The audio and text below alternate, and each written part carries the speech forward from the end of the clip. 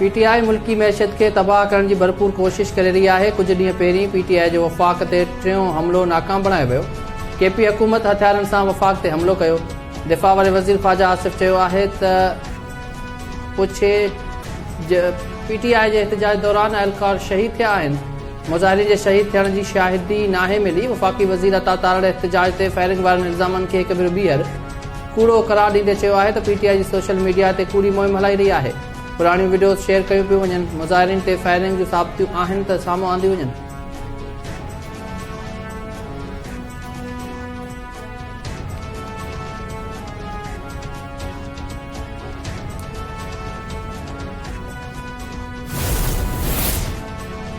तहरीक इंसाफ लाशनि जी सियासत करे रही है। पीटीआई जे एजेंडा मुल्क मुखालिफ़ आहिनि। पीटीआई पंहिंजी दावानि जा सबूत ॾियण में नाकाम वई आहे। हैदराबाद में मीडिया सां ॻाल्हाईंदे सीनियर वज़ीर शर्जील इनाम मेमून चयो आहे त पीटीआई जा 300 माण्हू मारिजी विया आहिनि त उन्हनि जा तफ़सील किथे आहिनि। तहरीक इंसाफ सोशल मीडिया ते कूड़े वावेला करे रही आहे। तहरीक इंसाफ जे जलसे में हथियारबंद माण्हू शामिल हुआ। बुशरा बीबी एहतजाज मां सभिनी खां पहिरीं खिसकी वई।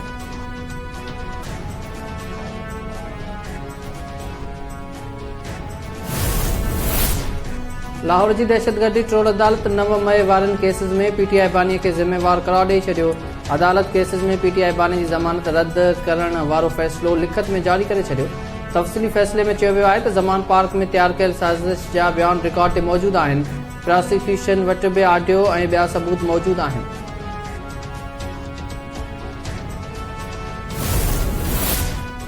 सिंध के वडे वजीर मुराद अली शाह चोलिस्तान केनाल के दावत न करण लाइ वफ़ाक़ के बाज़ाब्ता दरख्वास्त करे छॾी। मुराद अली शाह जो नायब वज़ीर आज़म इसहाक डार के ख़त चोलिस्तान केनाल ऐं पाणी जे दस्तियाबीअ बाबति इरसा जे ख़त ते ख़दशनि जो इज़हार। मुराद अली शाह ख़त में चयो आहे त 11 अक्टूबर 2024 ते CDWP गैर कानूनी तौर चोलिस्तान केनाल जी मंजूरी ॾिनी हुई। ही हसास ऐं तकरारी मामलो आहे जंहिं ते सिंध में एहतजाजी तहरीक हली रही आहे। अमल रोकियो वञे। असां सिंधुअ जा वारिस आहियूं। केटियन ऐं काव जे सर ते एकता ईद मल्हाइण लाइ तयारियूं मुकमल। समूरी सिंध पारां सुभाणे क़ौमी ईद भरपूर नमूने मल्हाइण वारे अज़म जो वर्जाउ क़ौमी काज खां अॻु सिंध जा नंढा वॾा शहर सक़ाफ़ती रंगनि सां जरकी पिया। हर पासे अजरकनि ऐं टोपियुनि जी बहार। जागरता रैलीज़ मच कचरनि ऐं स्कूलनि में रंगारंग तक़रीबन जो सिलसिलो जारी।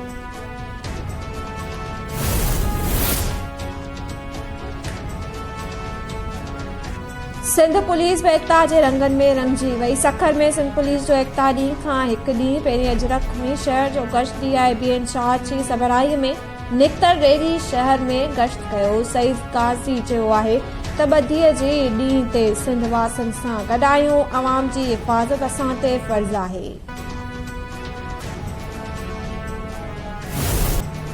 परदे में रहंदड़ सिंधी बि एकता जे रंगनि में रंगजी विया। सिंधी संगत पारां सऊदी अरब जे शहर दमा में शानदार एकता तक़रीब मुनक़िद।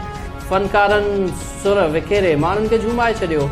एकता तक़रीब में सऊदी अरब जे मुख़्तलिफ़ इलाइक़नि में रहंदड़ सिंधियुनि जी वॾे में शिरकत।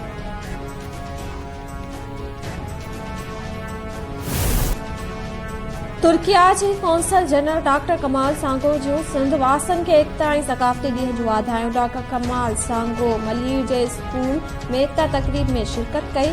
सिंध जे सक़ाफ़त ऐं समाजी क़दरनि जी साराह। डॉक्टर कमाल सांगो चयो आहे त सिंध ऐं सिंधी क़ौम क़दीम ऐं अज़ीम तहज़ीब जी मालिक आहे।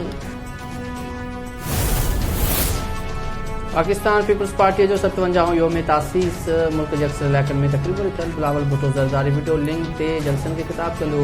बिलावल भुट्टो ज़रदारी चयो आहे त अॼोको ॾींहुं जमहूरियत ऐं अवाम खे बाख़्तियार बणाइण जो ॾींहुं आहे। फ़िलहाल टालपुर जो चवणु हो त मुल्क जी मुआशी ऐं समाजी तरक़ीअ में पीपल्स पार्टीअ जो अहम किरदारु आहे।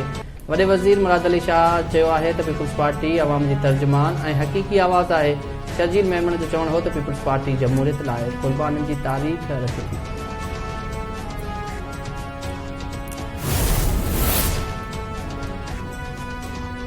सिंधु दरिया ते 9 केनालनि जे अॾावत ख़िलाफ़ एसगंज जे पकाचांग शहर में शटरबंद हड़ताल। शहरनि रैली कढी नवाबशाह सखर लिंक रोड ते धरणो हणी रोड खे बंदि करे छॾियो। घोटकीअ में बि केनालनि जी अॾावत ख़िलाफ़ STP जे सॾ ते एहतजाज। सिंधु दरिया ते गुल निछावर कया विया। इस्लामाबाद जी दहशतगर्दी टोड़ अदालत साफ़ी मतिउल्लाह जान खे आज़ाद करण जो हुकुम ॾेई छॾियो। साफ़ी ख़िलाफ़ आइस ऐं मंशियात हथ अचण वारे केस जी ॿुधणी कंदे अदालत 10,000 रुपयनि जी मचलकनि एवज़ मतिउल्लाह जान जी ज़मानत मंज़ूर करे वरिती।